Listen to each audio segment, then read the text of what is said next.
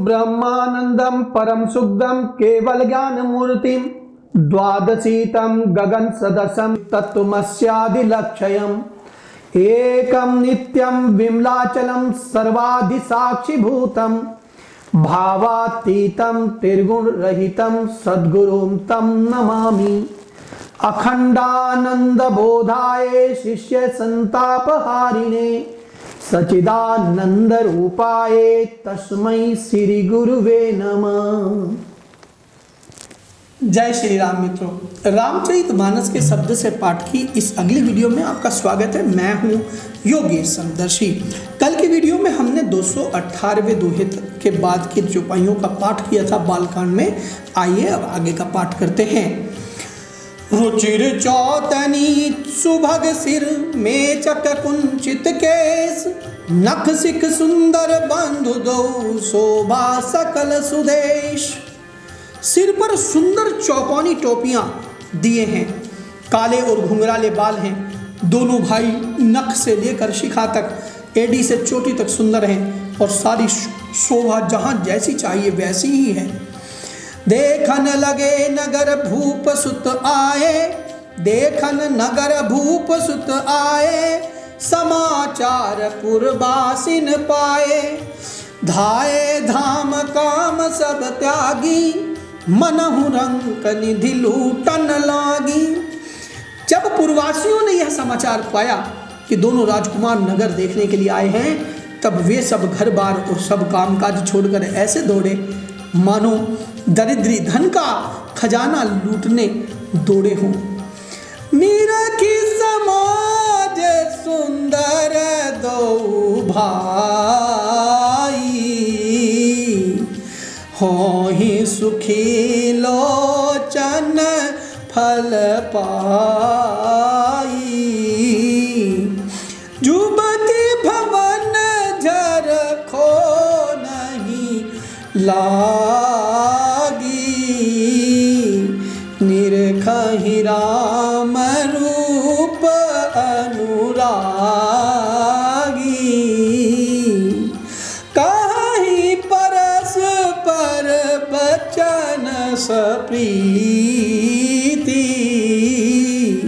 सखी इन कोटि काम छवि जीती। सुर नर असुर नाग मुनि माही, शोभा असी कहूँ सुनियति नाही।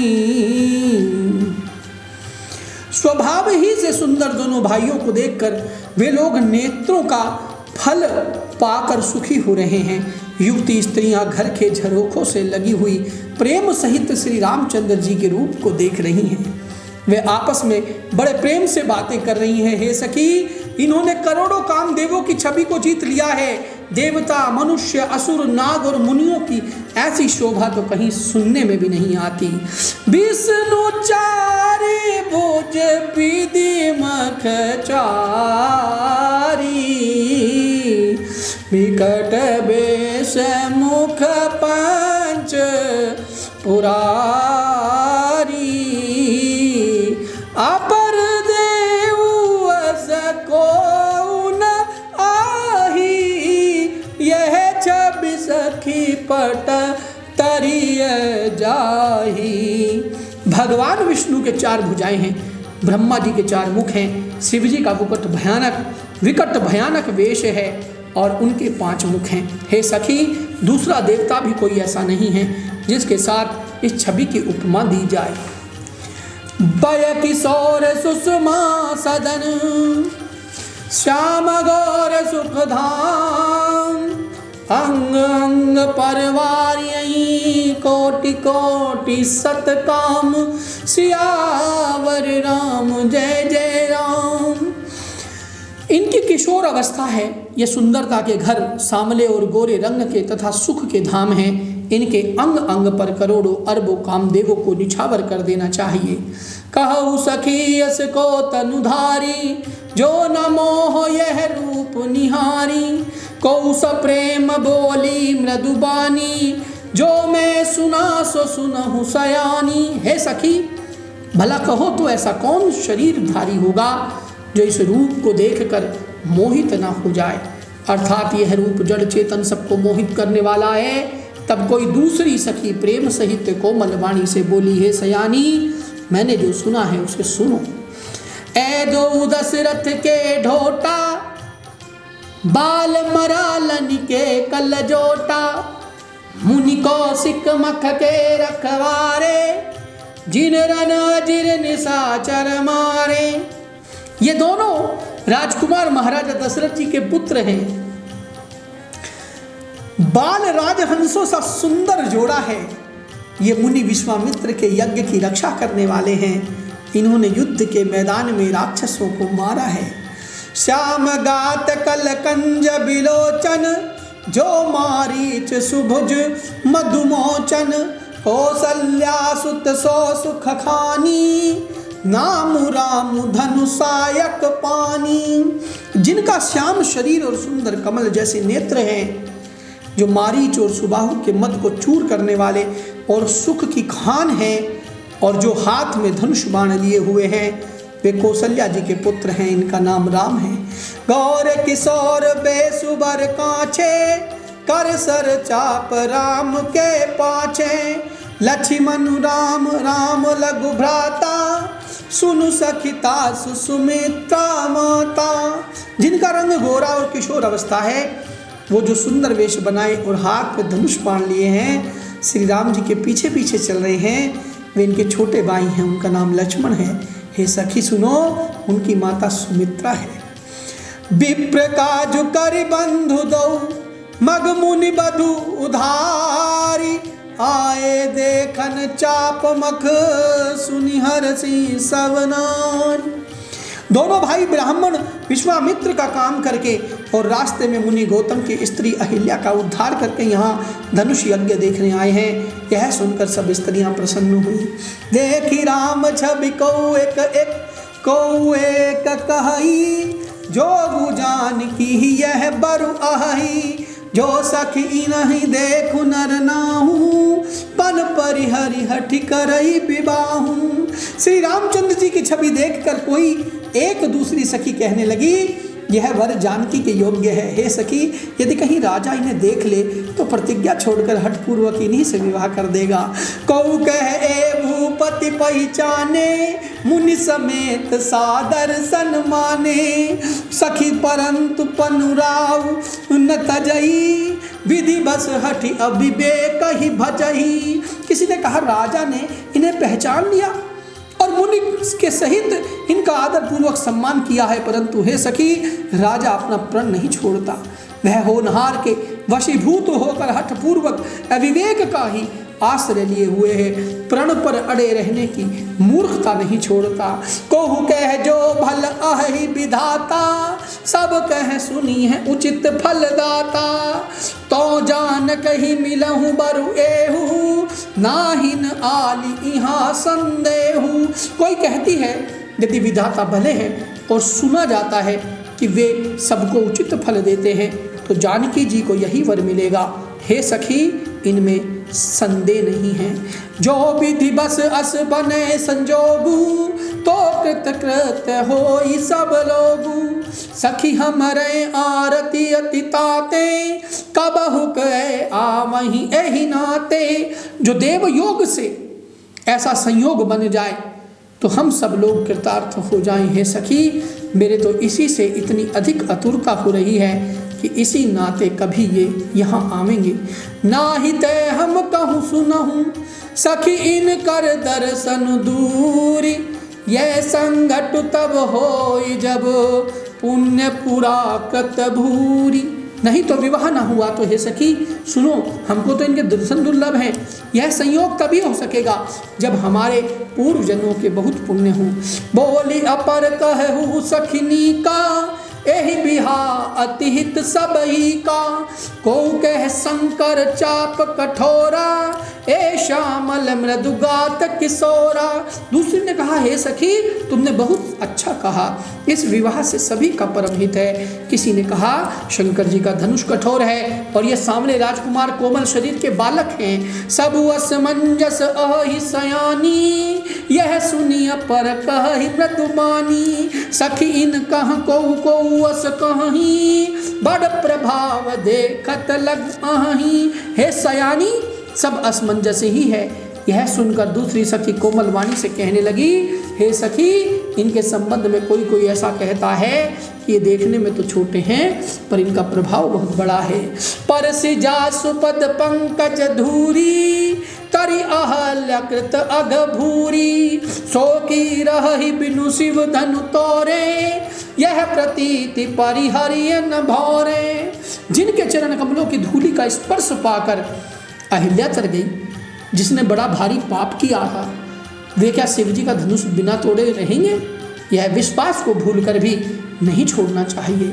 जहि बिरंचि रचिसिय समारी, तेहि श्यामल वरु रचहु बिचारी। तासु बचन सुनि सब हर्षानी, ऐसे ही हो कहीं मृदुबानी। जिस ब्रह्मा ने सीता को संवार कर बड़ी चतुराई से रचा है, उसी ने विचार कर सांवला वर भी रच रखा है। उसके ये वचन सुनकर सब हर्षित हुए और कोमल वाणी से कहने लगी, ऐसा ही हो। हिय हर सही बर सही सुमन, सुमुखी सुलोचन वृंद। जाहि जहाँ जहाँ बंधु दो, तह तह परमानंद। सुंदर मुख और सुंदर नेत्र वाली स्त्रियां समूह की समूह हृदय से हर्षित होकर फूल बरसा रही हैं। जहाँ जहाँ दोनों भाई जाते हैं वहाँ वहाँ परमानंद छा जाता है। पूरब दिश गे दो भाई, जहाँ धनु मख हित भूमि बनाई। अति विस्तार चारु गच ढारी, विमल वेदिका रुचिर समारी। चहुदिश कंचन मंच विशाला, रचे जहाँ बैठहि महिपाला। तेहि पाछे समीप चहु पासा, अपर मंच मंडली बिलासा। कछुक ऊंची सब भांति सुहाई, बैठहि नगर लोग जहाँ जाई। तिनके निकट विशाल सुहाए, धवल धाम बहुरन बनाए। चारों ओर सोने के बड़े बड़े मंच बने थे, जिन पर राजा लोग बैठेंगे। उनके पीछे समीप ही चारों ओर दूसरे मचानों का मंडलाकार घेरा सुशोभित था। वह कुछ ऊंचा था और सब प्रकार से सुंदर था। जहाँ जाकर नगर के लोग बैठेंगे, उन्हीं के पास विशाल एवं सुंदर सफ़ेद मकान अनेक रंगों के बनाए गए हैं। जहाँ बैठे देखहि सब नारी, जथा जोग निज कुल अनुहारी। पूर्वालक कही कही मृदु बचना, सादर प्रभु ही देखा वही रचना। जहाँ अपने अपने कुल के अनुसार सब स्त्रियाँ यथा योग्य, जिसको जहाँ बैठना उचित है बैठेंगी, देखेंगी। नगर के बालक कोमल वचन कह कर आदर पूर्वक प्रभु श्री रामचंद्र जी को यज्ञशाला की रचना दिखला रहे हैं। सब शिशुए ही मिस प्रेम बस, परसी मनोहर गात। तन पुल कहीं अति हर सुहिए, देखी देखी दो भ्रात सियावर, राम जय जय राम। सब बालक इसी बहाने प्रेम के वश होकर श्री राम जी के मनोहर अंगों को छूकर शरीर से पुलकित हो रहे हैं और दोनों भाइयों को देख देख कर उनके हृदय में अत्यंत हर्ष हो रहा है। शिशु सब राम प्रेम बस जाने, प्रीति समेत निकेत बखाने। निज निज रुचि सब ले ही बुलाई, सहित स्नेह जाहि दो भाई। श्री रामचंद्र जी ने सब बालकों को प्रेम के वश जानकर यज्ञ भूमि के स्थानों की प्रेम पूर्वक प्रशंसा की। इससे बालकों का उत्साह, आनंद और प्रेम और भी बढ़ गया, जिससे वे सब अपनी अपनी रुचि के अनुसार उन्हें बुला लेते हैं और प्रत्येक के बुलाने पर दोनों भाई प्रेम सहित उनके पास चले जाते हैं। राम देखा वही अनुज ही रचना, कही मृदु मधुर मनोहर बचना। लव निमेष महु भवन निकाया, रचई जासु अनुशासन माया। कोमल मधुर और मनोहर वचन कहकर श्री राम जी अपने छोटे भाई लक्ष्मण को यज्ञ भूमि की रचना दिखलाते हैं, जिनकी आज्ञा पाकर माया लव निमेष पलक गिरने के चौथाई समय में ब्रह्मांडों के समूह रच डालती है। भगति है तु सोई दीन दयाला, चितवत चकित धनुष मखसाला, कौतुक देखि चले गुरु पाही, जानि विलंब त्रास मन माही। वही दो दीनों पर दया करने वाले श्री राम जी भक्ति के कारण धनुष यज्ञशाला को चकित होकर आश्चर्य के साथ देख रहे हैं। इस प्रकार सब कौतुक विचित्र रचना देखकर वे गुरु के पास चले। देर हुई जानकर उनके मन में डर है। जासु त्रास डर कहु डर भोई, भजन प्रभाव दिखावत सोई, कही बातें मृदु मधुर सहाई, किए विदा बालक बरियाई। जिनके भय से डर को भी डर लगता है, वही प्रभु भजन का प्रभाव, जिसके कारण ऐसे महान प्रभु भी भय का नाटक करते हैं, दिखला रहे हैं। उन्होंने कोमल मधुर और सुंदर बातें कहकर बालकों को जबरदस्ती विदा किया। सुभय सभय सप्रेम विनीत अति, सकुच सहित दो भाई, गुरुपद पंकज नाई सिर बैठे आय सुपाई। फिर भय प्रेम विनय और बड़े संकोच के साथ दोनों भाई गुरु के चरण कमलों में सिर नवाकर आज्ञा पाकर बैठे। निश प्रवेश मुनि आय सुदीना, सबई संध्या बंदनु कीना, कहत कथा इतिहास पुरानी, रुचिर रजनी जुग जाम सरानी। रात्रि का प्रवेश होते ही संध्या के समय मुनि ने आज्ञा दी, तब सबने संध्या वंदन किया। फिर प्राचीन कथाएं तथा इतिहास कहते कहते सुंदर रात्रि दोपहर बीत गई। प्राचीन मुनिवर शयन कीन तब जाई, लगे चरण चापन दो भाई, जिनके चरण सरोरु लागी, करत विविध जब जोग विरागी। तब श्रेष्ठ मुनि ने जाकर शयन किया।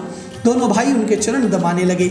जिनके चरण कमलों के दर्शन का स्पर्श लिए वैराग्यवान पुरुष भी भांति भांति के जप और योग करते हैं। देखिए कितनी बढ़िया परंपरा हमारी जो है, उसकी तरफ फिर से तुलसीदास जी इंगित करते हैं कि गुरु के माता पिता के रात्रि काल में जब वो शयन के लिए जा रहे हो, तब उनके पैर जरूर दबाने चाहिए। देखिए भगवान श्री राम भी गुरु के पैर दबा रहे हैं। जब गुरु जी सोने जा रहे हैं रात्रि में, तो वो उनके दोनों भाई उनके चरण दबाने लगे चरण चापन दो भाई। ये ऐसी ऐसी पंक्तियां हैं, ऐसी ऐसी चौपाइयां हैं, जिन्हें हम अपने जीवन में, बच्चों के जीवन में उतारना चाहिए।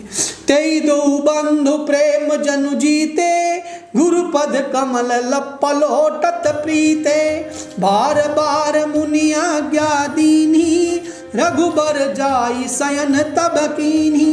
वे ही दोनों भाई मानो प्रेम से जीते हुए प्रेम पूर्वक गुरु जी के चरण कमलों को दबा रहे हैं। मुनि ने बार बार आज्ञा दी, तब श्री रघुनाथ जी ने जाकर शयन किया। चापत चरण लखन उरलाए, सभय सप्रेम परम सचुपाए, पुनि पुनि प्रभु कह सोवहु ताता, पौढ़े धरि उर पद जल जाता। श्री राम जी के चरणों को हृदय से लगाकर भव्य और प्रेम सहित परम सुख का अनुभव करते हुए लक्ष्मण जी भी, देखो लक्ष्मण जी भी अपने बड़े भाई के पैर दबा रहे हैं, उनको दबा रहे हैं।